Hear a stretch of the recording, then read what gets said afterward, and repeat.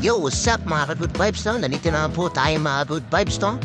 Yo, nagpipintura po tayo ng bubong mga good vibes no? Ayan. Siyempre, yun ang naman katawin dyan mga good vibes. So, i-check nyo muna ang area mga good vibes no? Kung anong dapat gawin, kung anong dapat mong ayusin. Ayan mga ka-good vibes, kaya ang ginawa ko mga good vibes no? Nagwalis na kagad ako mga good vibes no? Siyempre, magwalis ka muna ang gagawin mo. Tapos ngayon, pag magwalis ka na, dun ka steel brush ka na mga good vibes, no? Yung mga palapalawang. Tapos, yung mga pakong lumulubog, yan, pukpuk kayo mga good vibes, no? Siyempre, lagyan mo muna ng bulkasil mga good vibes.